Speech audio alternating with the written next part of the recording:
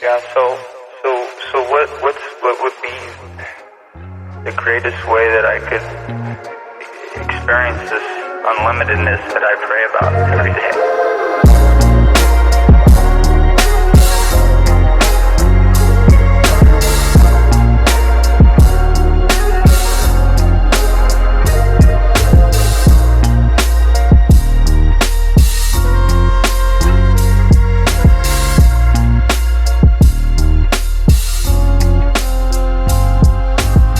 Yeah, just enjoy it, my dear friend. You see, you can't put it in a bottle, and you can't give it a name. Ultimately, part of the plan as you grow into greater and greater love is as you are on a quest for love, suddenly you become that, and no longer are you seeking it, but you're just the full expression of it.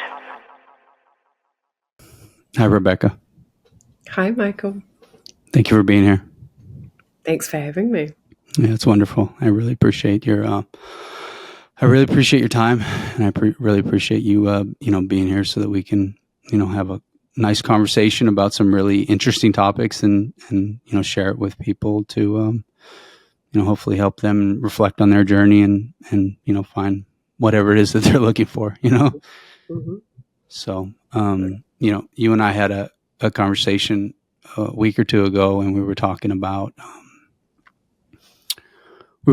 kind of the yin and yang or yin and yang dynamics and the masculine and feminine energy in relationships. And I guess we can just dive right into that, because I think that's really the focus of the show in terms of, yourself as a coach, right? And what are some of the things that you're seeing, not only in your personal journey, but some of the things that you're seeing in terms of supporting your clientele, some of those patterns that maybe we can talk about and share with others. Sure. Yeah, I think it's a very valid conversation, given we all have masculine and feminine within us. We all know that, but we don't always know who we're being in relationship to those aspects of self. So the more we learn about ourselves, the more we can be in relationship that is healthy and has a good structure. Right. So, yeah, and I primarily help women in their relationship with themselves, but also in relationship to their business, in relationship to money and their own ego. But knowing how to navigate these dynamics in our relationship is going to take it from a regular relationship into something that is more holy, because a holy relationship is very different from a standard ego special relationship, if we're talking about romantic relationships. So, yeah, I see a lot of dynamics that play out for people, and namely from working with women, probably is how men and women do fear differently. And women, again, can want to bring up their masculine energy if they're feeling afraid, to try and defend or protect themselves, and how a man might respond to that, because he's probably going to respond with his masculine energy as well. And you may have noticed for yourself, if you're in the presence of a woman and she's starting to feel defensive because she's afraid, it can bring up energy where it can feel like combat, right? Like there's competition present, like we need to defend ourselves. And of course, that's what's creating the separation.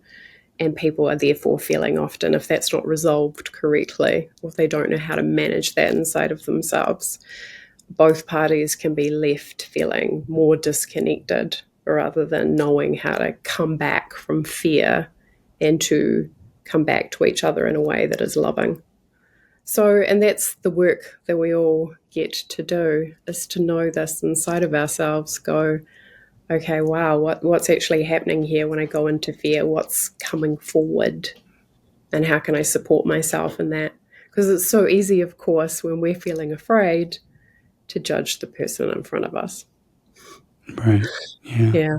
That's a good point. And I mean, I can tell you from my personal experience in terms of being married 12 years, I think a lot of that relationship was it was like a relationship where it was like we were like life buddies in a way that, we met young and she had a child, and I helped her raise her child, and then we had a few children, got married, had a few children, and so we were kind of like friends in a sense, that on the life journey in terms of growing up together and like figuring out things in life. I was obviously on my own individual spiritual mystical journey on a personal level, but on a surface level, I was trying to be the best husband and the best father, and the best manager that I could be, or whatever, for a certain period of time. But reflecting back on it, I can definitely see where a lot of that relationship was me operating from a certain unconscious fear, and there was certainly a certain competitiveness that I experienced in that relationship with her. I mean, I didn't feel in competition with her, but I felt like she was in competition with me. And I think that in a lot of ways, as human beings on this planet, part of our personal development is learning how to move from that competitive mindset to that mindset of, more of a sense of unity consciousness, more of a sense of where we can operate from the observer space, and we can look at ourselves honestly, and we can make a commitment to authenticity and transparency, and a desire for like really true, genuine intimacy, right? Above all else, right? Rather than moving into our reactive energy and just being like, scared and defensive and all that. And so I think that that's a big problem in society. I mean, not just on a personal level with relationships. There are a tremendous amount of people who are in these more surface relationships where it's just, there's less intimacy, but it's more about ego comfort, and you see that playing out all throughout society. You see that playing out in politics. You see that playing out in every facet of society, this competitiveness, country versus country, and, party versus party, religion versus religion. Like, people, they don't understand, they're not at the space where they understand that as you move deeper into your heart, as you move deeper into your sense of identity, and you start like looking at, or, having the awareness or the desire, the curiosity to actually look at your own identity and actually learn to like observe it more, like objectively, like not just being lost in the subjective sauce, but to be able to objectively step back and look at your own behaviors and look at your own belief systems, and be able to start creating space for like real, genuine intimacy. That work ultimately is going to transform culture, consciousness, the world. Mm-hmm. Yeah, and everybody taking responsibility for how they're doing their relationship with those aspects of ourselves. So, for people listening, even to ask yourself, what is my relationship like with fear? Because when a relationship, when everything's working well, yay. But it's when, like, either we're using the moments of contrast where things are more difficult or more challenging to create deeper intimacy, or we're missing that opportunity and it's quietly and subtly creating more separation. And that's why we have to be so transparent with ourselves and also with our partner, because if something feels off, it is. And we need to speak to that, and we need to make sure that we are clear, because this is one of those dynamics that a lot of women will probably relate to, where they don't speak up. They don't say, I'm not comfortable with this, or I'm not happy with how this is right now, but they just keep on. It's a little bit of the martyr archetype, where everything is fine, I'll just let it go. And then something else happens, and then they get agitated, and then they do the martyr, and they kind of internalize, it's not a big deal. I don't want to make a fuss. I'm not going to rock the boat. But then if that happens consecutively over a period of time, a woman will often can blow up, and the guy can be like, what are you talking about? Because she might lose it at the fact that he's left, I don't know, a tea towel on the sideboard or something. And he's like, this doesn't make sense with all this emotional energy for a tea towel. And he's looking at it from that rational, this is what I see in front of me, because he doesn't know about all the subtext that's going on for her.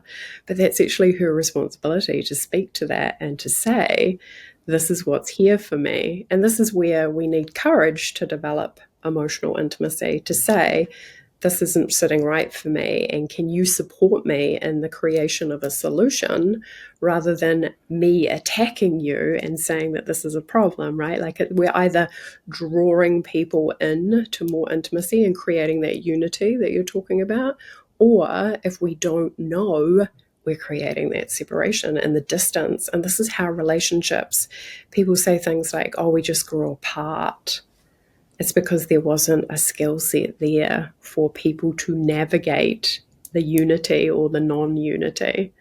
And when we have the path and when we have the clarity, it becomes so much easier to do that. And again, of course, everybody has free will and their own desires, but knowing if you want to create true intimacy, it always comes back, firstly, to the relationship that you're having with yourself.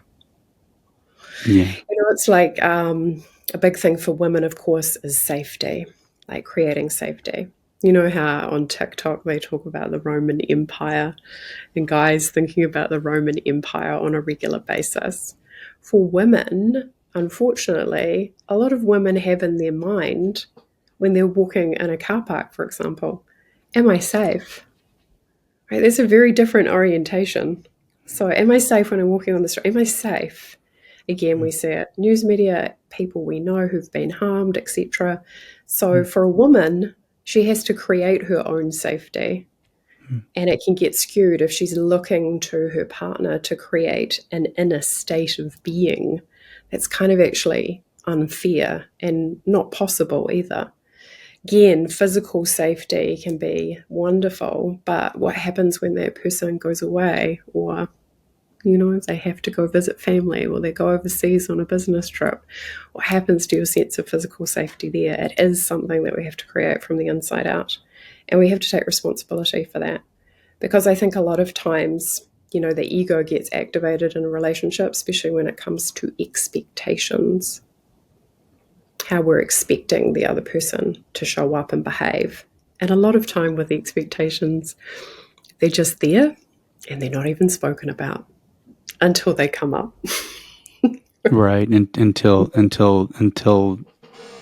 our ideas aren't matched with reality. And then, like you said, all of that, that unprocessed emotional energy, there becomes a focal point. There becomes a certain behavior or a certain trigger, and then it comes to the surface. Right. Yeah. And I think in terms of some of the contrasts and things that I've noticed between the masculine and feminine energy, and I think that these are roles that are really appropriate for that traditional relationship, man and woman relationship, in a sense that, I think that women do inherently feel more emotionally safe because they're more connected emotionally, and they feel less physically safe, whereas men feel more physically safe and less emotionally safe. And so we have the ability, I think, to, as partners, play to those strengths and be able to support, the other person in the ability to, to nurture that. Obviously, we are responsible for learning how to love ourselves. We are responsible for developing that relationship with ourselves, and in reflection of that relationship with self, those are those tools and the skill sets that we can actually bring to partnership, right? And two other things that I see as well are there's a certain, to move from more of surface relationships to more conscious relationships. There's a couple of pieces that I've identified myself in my own journey. It's to be discerning and to be assertive. And so the discernment is really that emotional intelligence piece, and that ability to see things energetically and the dynamics and the intentionality and the behavior and all that. And women have a tendency to be able to see intention and discernment a little more clearly sometimes than men, just because they tend to be more connected emotionally. whereas men tend to be more assertive, physically, and that Mhm. is kind of represented in that physicality, that masculine outward energy. And so I think as men and women, we have to learn how to do both. We have to learn how to be able to develop our discernment, to see things as they actually are, and our ability to, to step into our voice and be able to have the courage to be radically authentic and transparent, and to say how we feel, and to put our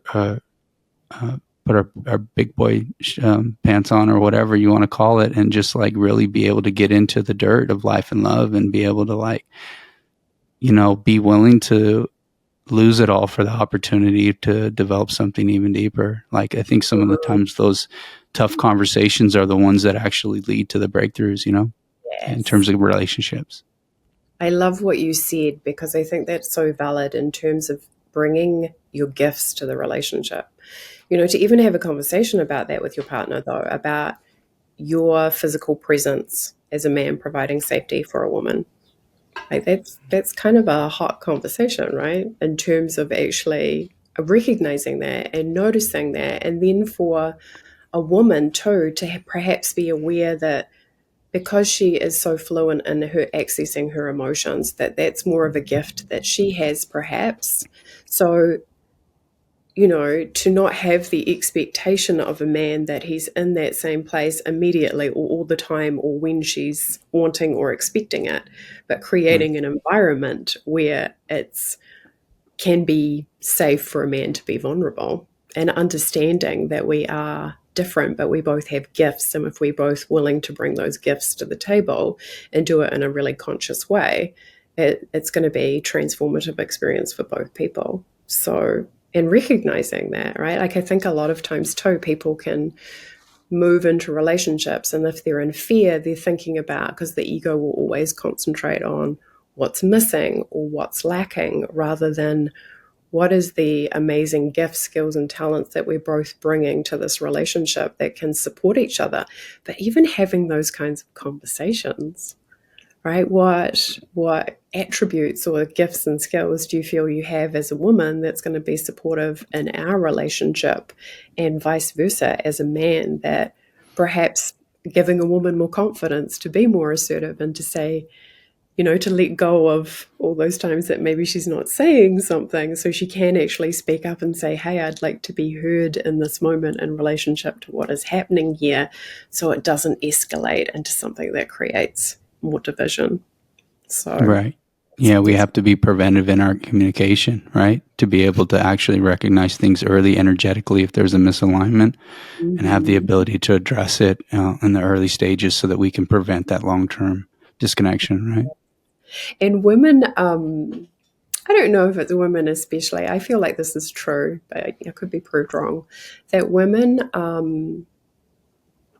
perhaps romanticize relationships perhaps more than men. So they have the tendency to maybe overlook something that they should be speaking to, especially in the earlier terms or within a couple of months of dating, like to actually have the courage to speak up and say something rather than just letting something slide, because any discomfort that's created through the body, that's like your own guidance system saying, hey, I'm bringing this to your awareness. So a woman who's following her intuition is going to go, okay, well, what is that? And look at it rather than overlook it and then just kind of smooth it over and then see something else pop up.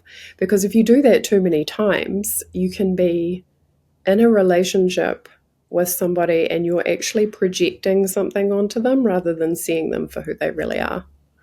And I think women sometimes have a tendency to want to, especially if they like somebody or they're attracted to them, even more so, because that's when they're more invested. They're like, oh, I'm just going to let that slide perhaps, instead of actually speaking to it, when they should actually speak to something and maybe find out more information or find out more feedback, and then being able to make a proper evaluation rather than feeling the sensation and not wanting to burst their own bubble so they don't say anything. I've seen that. Right. It's almost like it's a mild dishonesty, in a sense that, like, we know as human beings that we do project our standards, or we project our our ideas or our wants onto people sometimes. And the more that we can be honest with ourselves, the more we actually create space to actually allow people to be who they are, because we're allowing ourselves to be who we are, right? And as human beings too, there's a couple things that I've noticed that we have a tendency to do. Is we have a tendency to be complacent when things are good. And then we have a tendency to be over dramatic, to sell the drama when things are bad. And I think part of our work in terms of showing up in life is learning how to find that space of like where you can move with life more intelligently, you know, because life is extremely intelligent and sometimes we're just way too ornery. So we find ourselves in this like this bipolar place of like where we're either in tremendous resistance or we're in tremendous attachment, right? And so how can we find a way to just like learn how to be more deeply with what is, and like have the relational tools to be able to like navigate that together with somebody, you know? And also like I feel like as a man, like and even as society and culture, we're starting to navigate our ways through like brand new pathways. And if you really think about it, like in society, women don't have the reference point for men who are like really in touch with their emotional selves. So there's a tendency to where if somebody is really in touch with his emotional self, it is almost threatening. And it could even be a turnoff because there's a distortion in what a man is or what a man should be based on these old, almost, I don't want to say toxic patternizations, but limited patternizations of behavior and socially acceptable behavior. And so part of like moving into this new paradigm of relationship, which is part of what my work is in the world, is to help provide people tools to be able to navigate this way of, you know, moving in such a space where we are learning how to embody both our masculine and feminine energy, but, you know, is providing some of those like frameworks and templates for people to say like, you know, because if a man is stepping into himself, like it emotionally, it takes a tremendous amount of courage, and for a woman to like shun that or to judge that or to say that's not attractive is like really archaic in terms of where we're moving into. You know what I mean?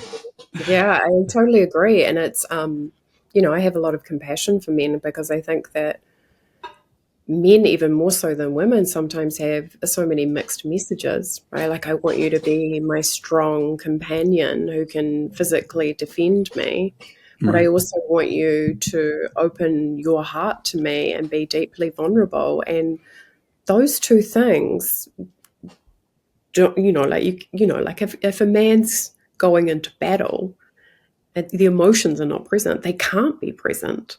But, and again, you know, this is biological and historical as well, but women these days are having quite high expectations of, because they're able to access their emotions so easily, so quickly, so fluidly, that the men do too. And then, but making a man wrong that he doesn't, instead of actually going, okay, I need to be able to shift my perspective and have a better understanding of perhaps what it's like for my partner to be able to go, okay, well, if, you know, maybe even thinking from his shoes or his eyes, what would I need in order to feel safer to be able to express myself? And sometimes that can be environment, sometimes it can be timing, but again, being aware and even having that awareness, which leads you more towards what do you need in order to, you know, to have the space to be able to connect. Because, yeah, I think we have, and we don't understand this because we expect the other person to operate the same way we do. And I think the more you know yourself and you're having a better relationship with yourself, the more you'll be able to see things from somebody else's perspective, because there'll be more spaciousness inside of you to be able to do that. If you're having an emotionally intelligent relationship with yourself, you've got a much better chance of having it with somebody else, which is why people always say, you know, would you date yourself? Are you the person that you would like to date, which is a really good litmus test, right? In self-referral. Are you the person who is giving the loyalty, the kindness, the honesty, the connection, so you can offer that to somebody else? And again, relationship with self. Yeah, absolutely. Yeah, and treating others the way that you want to be treated in life is kind of a good navigation system for me personally, and and then the ability to say, like, when you're not showing up or when you do hurt somebody's feelings, to be able to acknowledge that and to be able to have those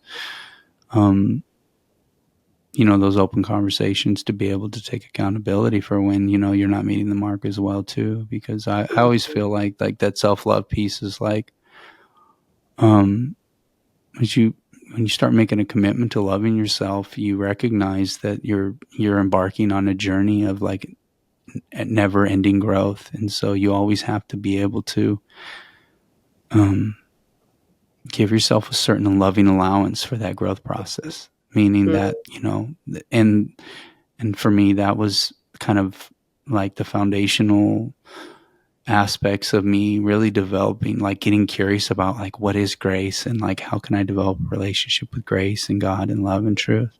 And I think that the early stages, in terms of when I started on this journey around 18 or 19 to like learn how to love myself, it was like, learning how to give myself the space to be in this like continuously growing process. And when you can give yourself that allowance of like not beating yourself up, but like nurturing your growth continuously, then you can afford that to everybody. You know what I mean? And it's so powerful. And people, I think, overlook the power in that. You can only really meet somebody to the level that you've met yourself. And I know that's bandied around, but I really do feel that it's true. If you've touched your own deep pain and sat with it in non-judgment and loving acceptance, then you have a way better chance of offering that to somebody else rather than being triggered by their stuff. Right? Because you've already been there, you've already been to that place, you've already held space for yourself in deep intimacy. And that's what the gift of doing that is, the ability to give others that too. And that's, we have to go deep inside of ourselves to offer that depth to other people. And this is what people are craving. And you know this very well, Michael, right? Like, who are you going to find when you go deep inside of yourself? You're going to find your limitless self. You're going to find God. You're going to find the universe. That's really what we're wanting to find in our relationships, is that depth and intimacy and connecting with the God that we are through other people. That's what we're all craving. Right. Yeah.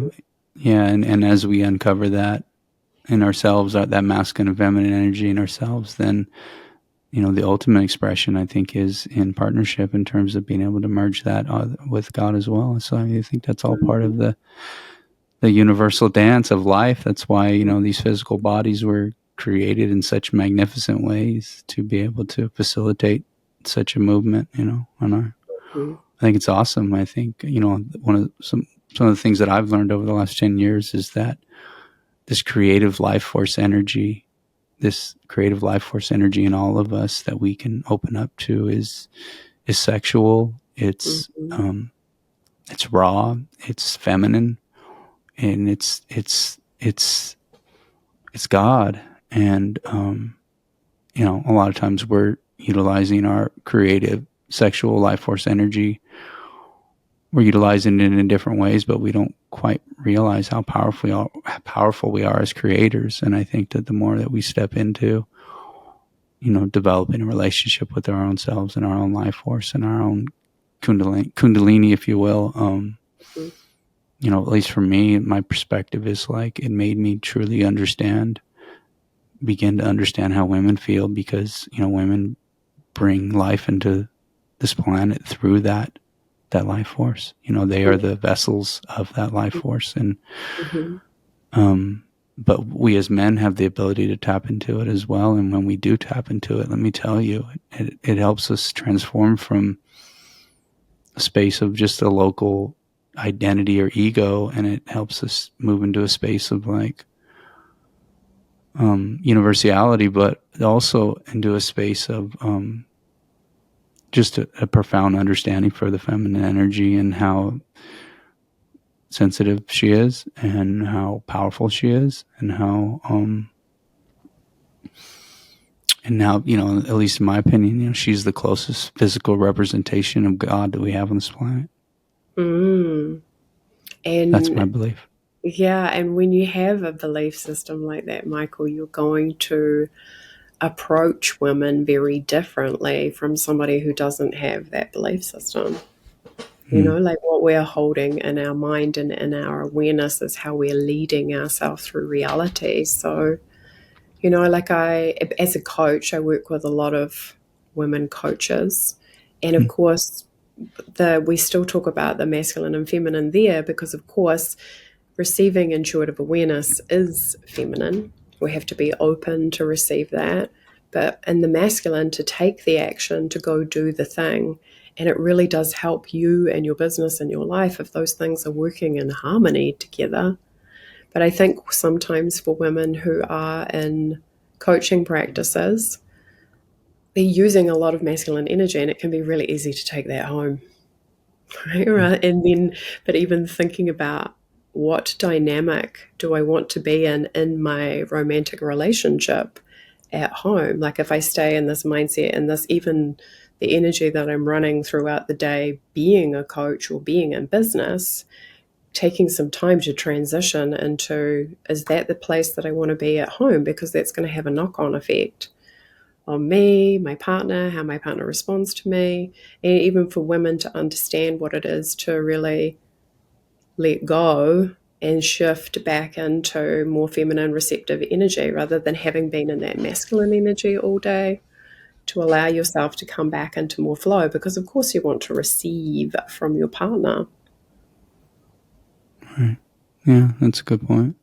Yeah, and I think too, one of the other points of what you were talking about earlier is, the more that we learn about who we are, the more we have a self-honest relationship with ourselves, then, we develop this level of discernment to be able to see things clearly. And so part of relationships too is like, as we, go down that path of personal growth transformation, we learn more about what our yeses and our nos are. And so in terms of navigating more conscious relationships, it's a lot easier for us to be able to navigate and go, yes, that energetically that feels, that's a fit in terms of consciousness. And I think that maybe when you're a little bit less self-aware, I think it's easy for the us to be in relationships that aren't quite as synchronized.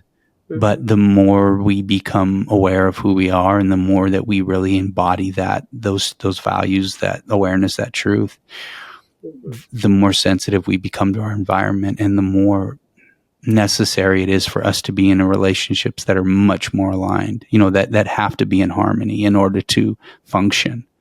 When you're in your ego, when you're living on the surface, when you're operating from a lot of unconscious fear energy, it's a lot easier to attach to things, even if the alignment isn't there, because you're not really as in touch with the subtle energy. But as you become very intimate with the subtle energy, and you begin to create a lifestyle and a relationship with life that is very, very connected, then the byproduct of that is just a level of discernment and assertiveness that really helps us navigate things a lot more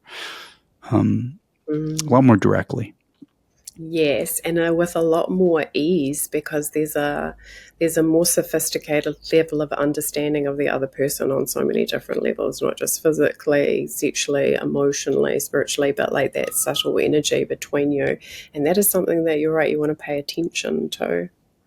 And also too, there's ways that people can develop this a greater level of awareness by, like I love asking people questions. Like I'm a Scorpio, so if I'm interested in somebody, I'll start asking them lots of questions.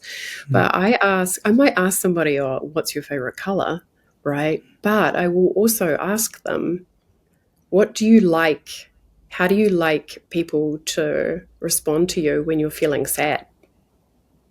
Like, what do you prefer? because that kind of question gives you an understanding of what their default mechanism is, like, oh, I prefer to be alone, or, like I go and do something. So you can kind of store that information away. So that when that person is having that experience, you're having a better understanding of how to be able to respond. So it's kind of like a strategic question, right? So, and taking this on ourselves to actually go, if I was wanting to see life through their eyes more and to understand how they operate and to have the curiosity to be willing to do this, you're setting yourself up for deeper levels of intimacy and success, because you're asking questions that you can use as a reference point. And anybody can do this, but it's actually kind of a way of thinking which is serving you as a win-win, right? Serving you and serving the other person, especially if, the relationship is progressing or you're getting deeper. So, but also too, you can bring it up at a later date and say, hey, do you remember that time that I talked to you and asked you about how you like to be treated when you're feeling sad? Is that still relevant? So you've already planted the seed, so you can kind of pick it up again later and check in to go, is that still relevant for you? Is there something else that you would prefer? Because sometimes, right, like I had a client once and she texted me, and this was hilarious. This was about 6 months after we finished coaching, and she sent me a text message and she said, I just want to let you know that my husband's been in a bad mood all day and I've been fine. It was just the ultimate, right, to like be in the presence of somebody and their distortion and not to be taking it personally or using your body to try and fix or heal it, etc. Just letting them have their own experience. But that does come usually from a greater level of emotional intelligence. But we can set ourselves up for success by the attitude and mindset that we're bringing to relationships. I think a lot of times, again, people can have a lot of unspoken expectations where they're not actually prepared to do a little bit of research or to ask some questions to actually find out what it is that the other person needs. Yeah, that's very good. Those are good tools. And I feel like, too, sometimes, I had a lot of this in my journey in terms of being a perpetual fixer. Mm-hmm. And I don't think that I was just a perpetual fixer because I'm highly empathic. Like I would say like hyper empathic, but I would say part of that masculine dynamic is that intellectualization is much more prevalent for masculinity because we want to avoid our feelings, because that's where that's our kryptonite, right? Yeah. And so we want to be these fixers of everything so that we can avoid all the uncomfortable, like messiness. And so men like to be fixers, and I don't think women necessarily want us to fix it. They just want us to sit with them, and more. That would probably prefer that more so. But we don't always have the tools to just sit with that messy energy, and we have to develop that for ourselves.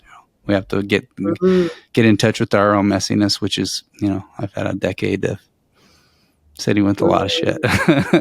Yeah, I appreciate that too, because even, like sometimes even for a woman, going back to that element of if a woman's feeling unsafe because of her own emotions, guys probably put too much pressure on themselves because just being there, right, just your physical presence for a woman can feel so healing. So this fear maybe to overcompensate rather than actually resting and dropping into, I'm here with you, and that's enough, right? That's more than enough, because it's, it's like a weighted blanket on an abandonment issue, right? Yeah, it's an elixir. Yeah, right? Like, thank goodness, so recognizing that though, but also too for a woman to say, I love that you're just here with me. That's more than enough. So a guy's not scrambling to go, oh my goodness, I've got to find or fix or find the solution, rather than just being in the energy of like, wow, I don't even need to do anything. I can just be here and hold her hand. Yeah, we can just be in relationship, and we don't always have to externalize. We don't always have to like band-aid our reality. We can and the more that we learn how to be with our reality and be with ourselves and be with our feelings and be with all the messiness of life, then the more the more emotionally rich it is. And that's where really happiness and fulfillment comes from. Happiness and fulfillment comes from our ability to be with life, more fully. And I get that. It's probably, like, I would imagine it's probably a lot for a guy just to, if a woman's really crying, to just sit with her in that. The discomfort that can come up, right, from hearing somebody in that much distress, but understanding that emotion are like waves is going to roll through. If you are just present and stay there, it will roll through and it will diminish and it will become less. And your presence is a great comfort. I think that's, like, that's often the intimacy that we're all craving, especially for people who maybe didn't have that experience as a child. Yeah. And there's obviously a lot of different factors in terms of the way that we behave. There's stuff that's obviously related to our environment in terms of what our experiences in this specific life. But then there's incarnations, and a lot of, like you said, with you being a Scorpio, our astrological charts can be other tools that we can help to navigate our identities as well, in terms of some of our past life, maybe potential tendencies and the character that we're bringing into this life to be able to express and grow and learn and evolve, in contrast, because, so yeah, that's interesting. And just as a note, like the Scorpio sun sign people are always my favorite people, because I have Scorpio in Uranus. And Uranus is like group association, is like, large scale society. And so that's my sign there. And so my friendships I have like three of my best friends that are male are Scorpio sun signs. So that I always have a tendency to really gravitate towards Scorpio sun signs, because I just jive with them, because they're, at least from an ego level, they're able to they have more discernment than some of the other sun sign at the group. So what's your sun sign? I'm a Leo, like right at the end, like the last August 19th, like the last 3 or 4 days of Leo. So some of the Virgo tendencies. And then I have a Sagittarius rising, which has Neptune in my rising. So like my first house, like Neptune is like, so that's part of my inherent spiritual nature, is like I'm Neptune, with Sagittarius. And then I have a Pisces moon. And so that's like the most intuitive moon sign you can have. And then that Pisces moon is in conjunction with my South node, which is my past life energy as being Pisces as well. So I'm learning Virgo in this life in house 9. So I'm here to be a teacher in Virgo. So nice. Yeah. I saw, it was a cute little meme. I think it was one of the Muppets, and it was, like Scorpios and Pisces in particular. And, the joke was, it was like a bowl of Coke, and the little Muppet was putting his face right in it. So Scorpio and Pisces just can't get enough of each other, because it's the water sign, it's the depth, it's the understanding, it's the, it's being fluid with life too, right? Like, I know it might sound like a cliche, but it's true. It's like, you understand in those signs. I think that if you go into resistance, you're just going to make life more difficult for yourself. So it's about how do I flow with this in such a way that feels really good. Yeah, no, definitely. No, I think, being that I am a South Node Pisces and my moon's Pisces as well, I think that Leo sun sign is my saving grace, and also like having Libra and Mars Venus. So I'm like, I have an air there, and we have the 3 signs. You got mutable, fixed, and what is the third one? Cardinal. So Libra being cardinal, those things help the fact that I am just inherently hyper empathic, but they help me to be they're a reflection of kind of my ability to really push myself out there. Because like if I had a Pisces sun sign and a Pisces moon and all that, like, oh fuck, I wouldn't make it on this planet. Like that wouldn't work. Like I need that Leo sun sign just to fucking just like navigate, Yeah. It's awesome. I love it. Great awareness, though, right? But this is awareness of self. And even when you meet people and you're having these conversations about, like I know it's, again, people are like, oh, what's your sun sign? Because they're trying to figure it out. But again, that can often just be the mind wanting to control the narrative. But it does make sense, right? When you meet people and you have a great affinity with them, and then you look at your charts and you're like, oh, yeah, I can see why. Like some of my biggest loves have been Scorpios and also Sagittarius. My dad was a Sagittarius, that free spirit. I have Sagittarius and Venus. I love to travel. So all these points of connection. And the more you know yourself, the more you understand yourself, the more you are going to be able to offer your relationship the depth and fulfillment and richness that I believe all people are truly craving. But that comes from self-knowledge first, because you only lack what you do not give, right? If you're giving yourself the attention, the time, the focus, which is why I believe so deeply in giving yourself time and space. One of the things I actually think is a prerequisite for being in an amazing relationship is being alone. Right? Who am I when I'm alone? How do I relate to life when I am alone, when nobody's looking? What is my relationship like with my divinity when nobody's looking? Is it a harmonious relationship? Or, I went through a stage as a spiritual coach where I was in constant conflict with the universe. There was a lot of swearing. There was a lot of I don't understand this. There was a lot of WTF.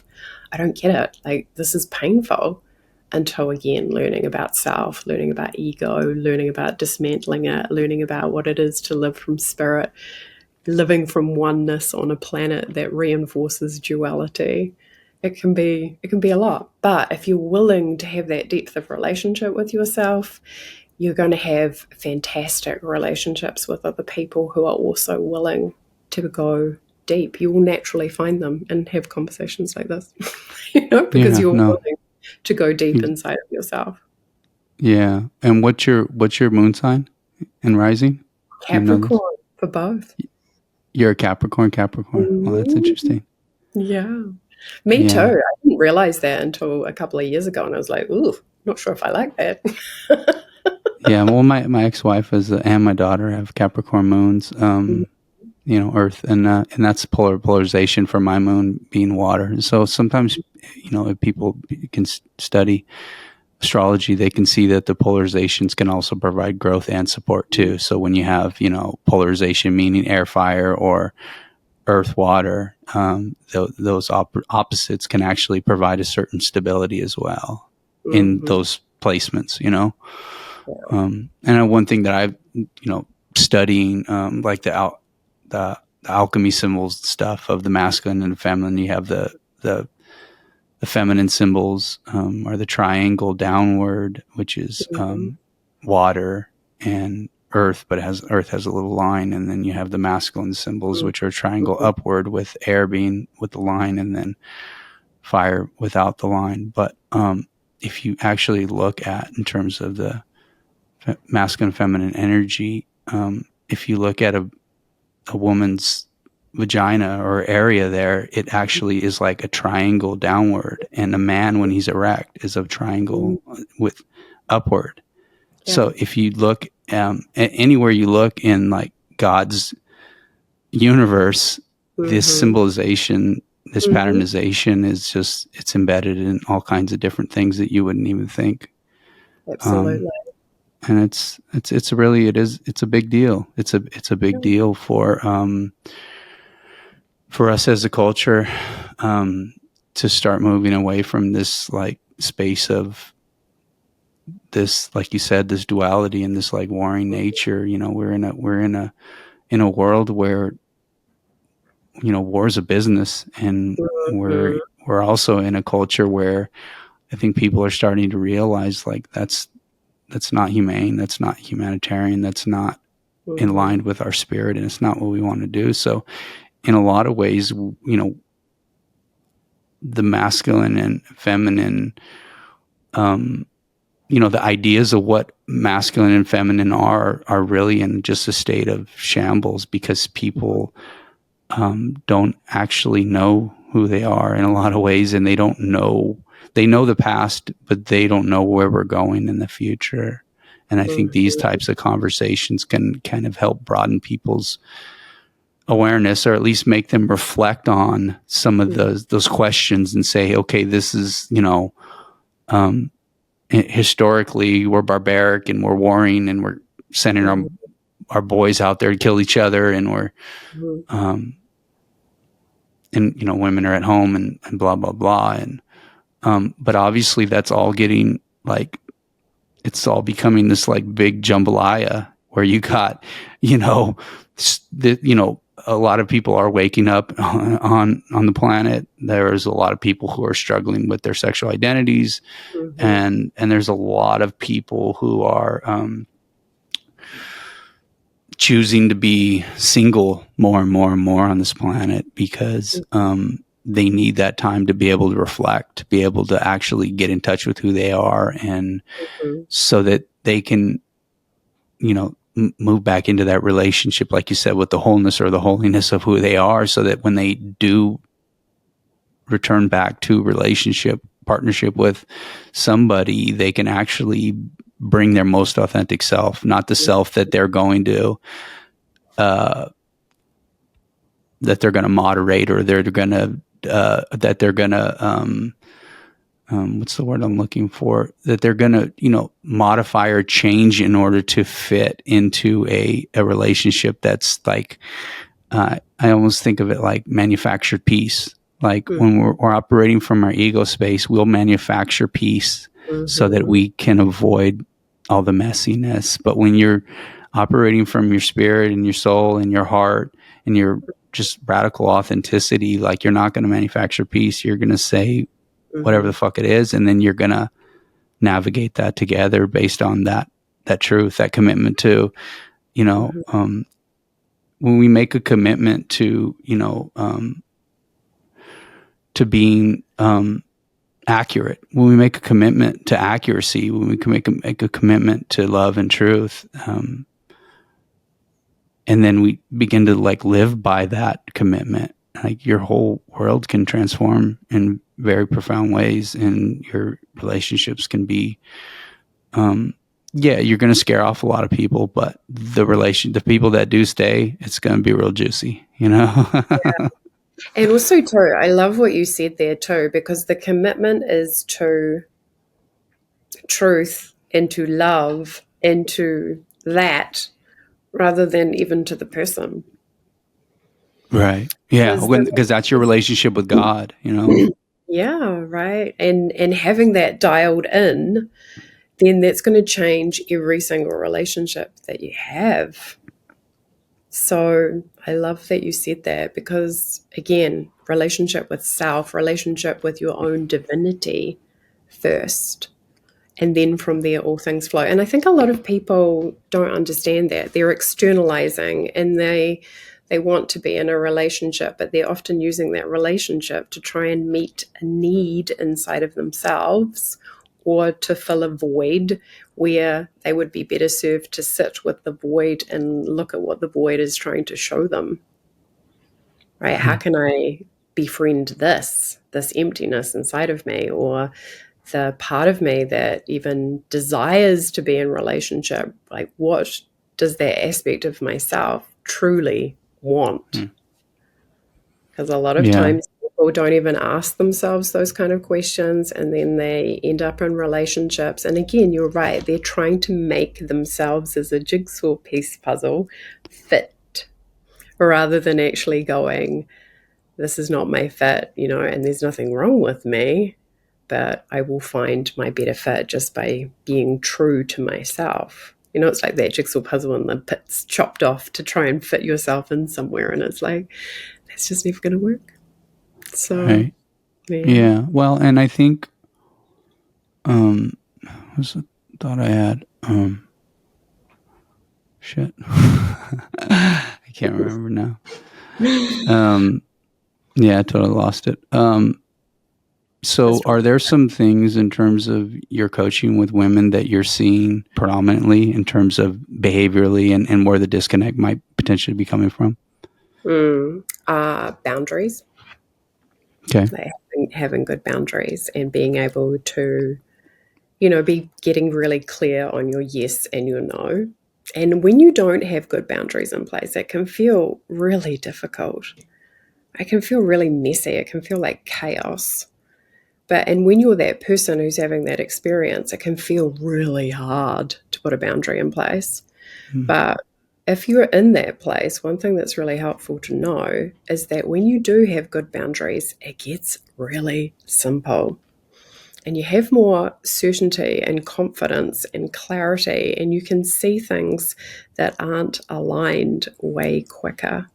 So I think a lot of times, like, a woman's ability to be able to speak to her boundaries, to be able to say that's not for me, or I don't prefer that, but to do it in a way that's not resistant or forceful or masculine, like I need to defend myself, right? Coming from a really aggressive maybe energy, just to be in the feminine still and say, no, that's just not for me. And to hold the boundary, that again, I think men especially need to know that from women, because men still need to know on some level that a woman can stand up for herself, that she has got that ability, because it dials back into self-respect, and but she'll be able to do it in such a way that's not offensive to yourself or other people.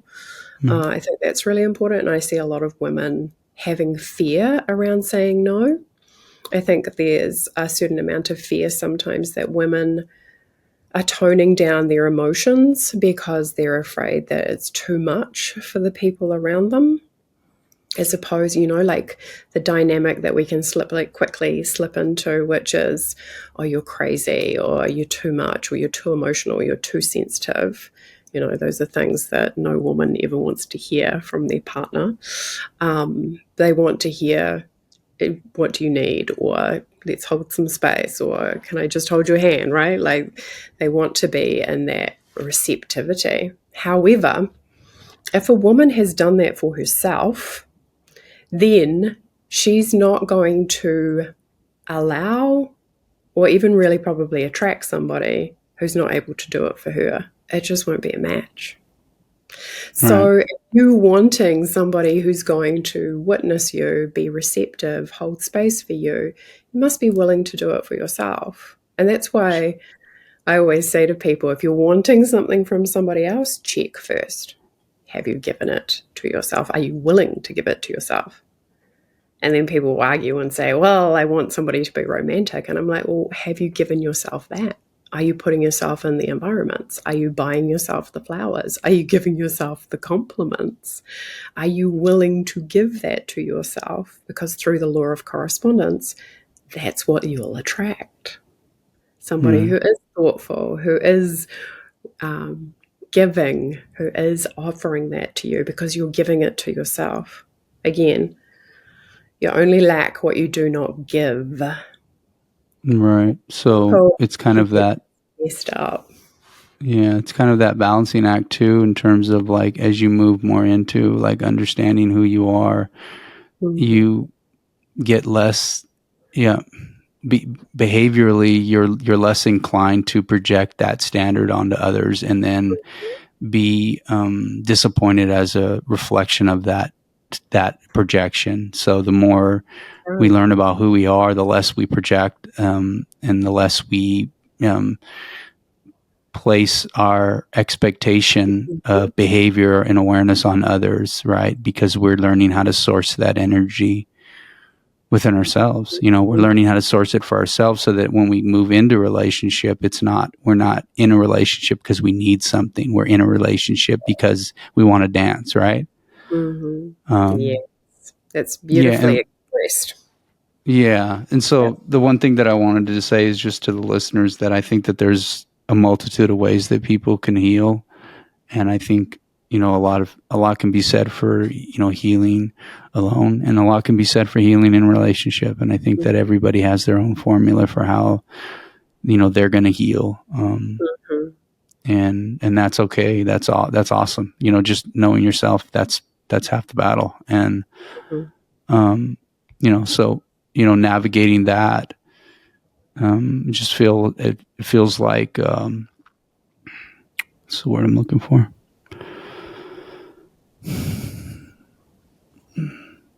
Yeah, I lost my train of thought again. Son of a gun. I think I just my bad time or something.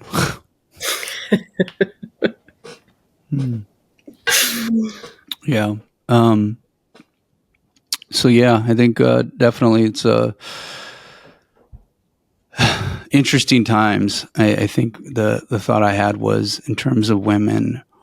I think that a lot of women are doing that work on kind of developing their ability to be assertive and to communicate and to set boundaries and to say yes and no.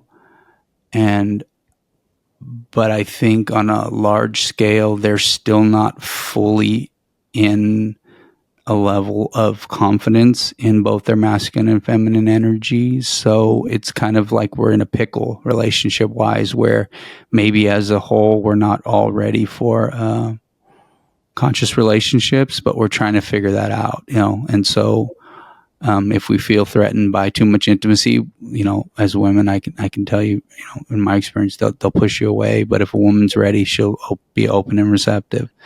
Mm-hmm. And then a lot of them who are, not even in that space, they'll still be in relationship. They'll be complaining all the time, Mm-hmm. Yeah, right. Yeah. I think also too that women especially women who are living from their head and not from their heart so much, they can really emasculate men and have no idea that they're doing it. Right. Because they don't have understanding of their own defenses, their own defense mechanisms. So, and it's worthwhile learning about that so you can understand that, an off-the-cuff comment can actually really hurt a man, right? And again, I can't even think anything off the top of my head, but I've seen women do this before. I remember going out one night and a friend of mine, and she had no idea, but I actually ended up interrupting her because I knew that, he was dying on the inside, right? He was feeling reduced and diminished, and I was like, stop it, because women, I think, often feel that way often themselves, and then because they're feeling that way, they can end up being unkind or short, or again, the complaining as a form of emasculation in a way. It's like, you're doing it wrong, you're not doing it right, and they don't even know what the right way is because they haven't offered it to themselves. So they're actually just grabbing something in the dark, and making a man feel that he's incorrect in some way, shape, or form. So even, and this might seem elementary, but learning this, that in my conversations or in my exchanges, am I actually reducing or belittling somebody, whether it's intentional or not? How do I know? How do men like to be spoken to? Even being aware of these things as a woman can take your relationships so much further. I think one thing too that really goes a long way anywhere is just curiosity. Right. Yeah. Well, I agree with you. That's a big part of it. I mean, I know in terms of what you were saying, like in my own life, my own path, when I started making a commitment to loving myself, and then I started making a commitment to like learning like truly what love is, having a direct relationship with love and opening my heart and things like that. Mm-hmm. It became a pattern of mine to really, to be in contemplation and reflection regularly. So, if I had relationships at work or relationships at home, I would give myself regular time, whether that's in the morning or at night, to be able to like sit and reflect with some of my conversations, some of my interactions, and really take a look at an honest look at the way that I'm showing up, the things that I was saying, the reactions that I got, how it was being, just how things are playing out, and then giving myself the opportunity to be in continuous refinement mode. So if I feel like I shit the bed and I said something wrong or to somebody, then the next day after, I give myself a space to just kind of reflect on my life, on my behavior, on the way that I'm showing up. how can I take more accountability and say, hey, look, yesterday this went down this way, and I thought about it, and I just wanted to make sure like you're aware of my intention, and if it came across wrong, whatever. And so if we make a regular habit of like building bridges in relationships, we can have so much more synergy and so much more creativity and so much more harmony available in every environment, not just home with your wife, with your kids, with your family, but at the workplace. Like everything can really flow in a profound way when we're willing to like look at how we're showing up and to continuously tweak and refine our ability to show up more, more authentically and more accountable. Using the resources that you already have, like as women, like asking the men that you already know, like, how do you know that you're respected? I remember asking questions like this when I worked in banking and saying to one of the older gentlemen, I said to him, do you prefer to be respected or trusted? And it was so interesting because he said it's the same thing. If you trust me, you respect me. If you respect me, you're trusting me. So I was like, wow. And knowing how important that is to a man, possibly even more than feeling loved in some ways. So understanding, like being willing to understand and be curious and to ask questions, like even to ask a man, like your brother or something, like what makes you feel like a man? I think we could all learn a lot more from each other. Absolutely. If we're just willing to be curious. And we have resources available every single day, and to just be willing to be curious and to ask questions and to go and for your own research.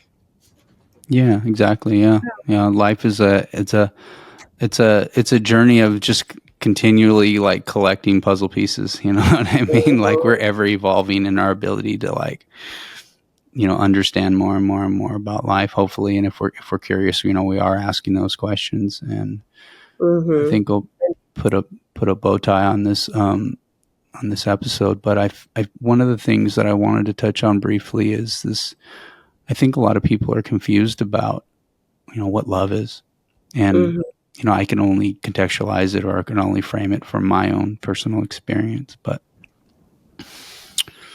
I believe that the universe is benevolent, and I believe the universe is creative, and I believe the universe, wants to know itself in all ways possible. And so, it slowed down its energy so that we could have this playground of life, of individuality, of contrast, of duality, so that we could inevitably collect experience and return back to the oneness, which is our inherent truth underneath all of the complexity of life.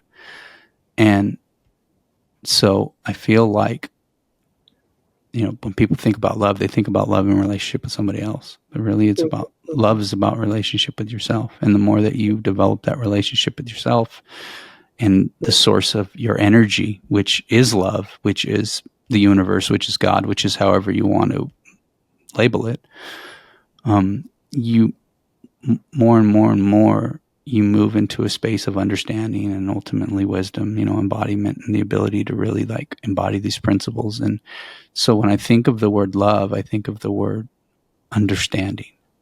And so the more that we develop a relationship with love, the more that we begin seeing the patterns that are inherent in all of life and human personality and behavior and, everything from the micro to the macro. I mean, it's all, there's just a patternization that, that the universe has just replicated in order to, create this little playground for human beings like us to, experience individuality. But, just want to leave that with the listeners that, that love is understanding. And that's what we're moving to at this stage of shifting into a new paradigm here on earth. We're learning the lessons of love as understanding ultimately. And then, and hundreds of thousands or millions of years ahead, it'll be a different lesson. But right now we're learning the lessons of love. We're learning what love really is. I love that too, like understanding. Absolutely. When you feel understood, you feel loved, don't you? So understanding yourself and therefore being able to understand others. Beautiful. Yeah. So thank you for being here. Thank you for having me. What a pleasure. Yeah, it was a wonderful conversation. I really hope that a lot of people can take some tools from this, or some, have some reflective moments, and that it can help provide them with a greater context or, growth and quality of life. And I think that's ultimately,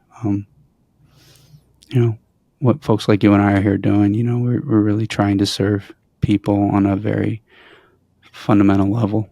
I think that conversations like this are a great way to serve humanity, So.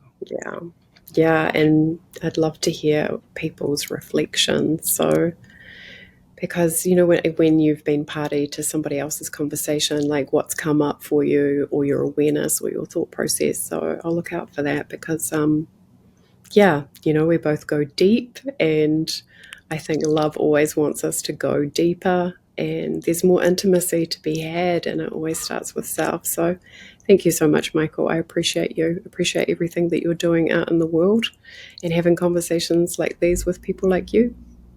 That's awesome. Thank you so much. Well, until next time, my friends, stay thirsty for life. I love you.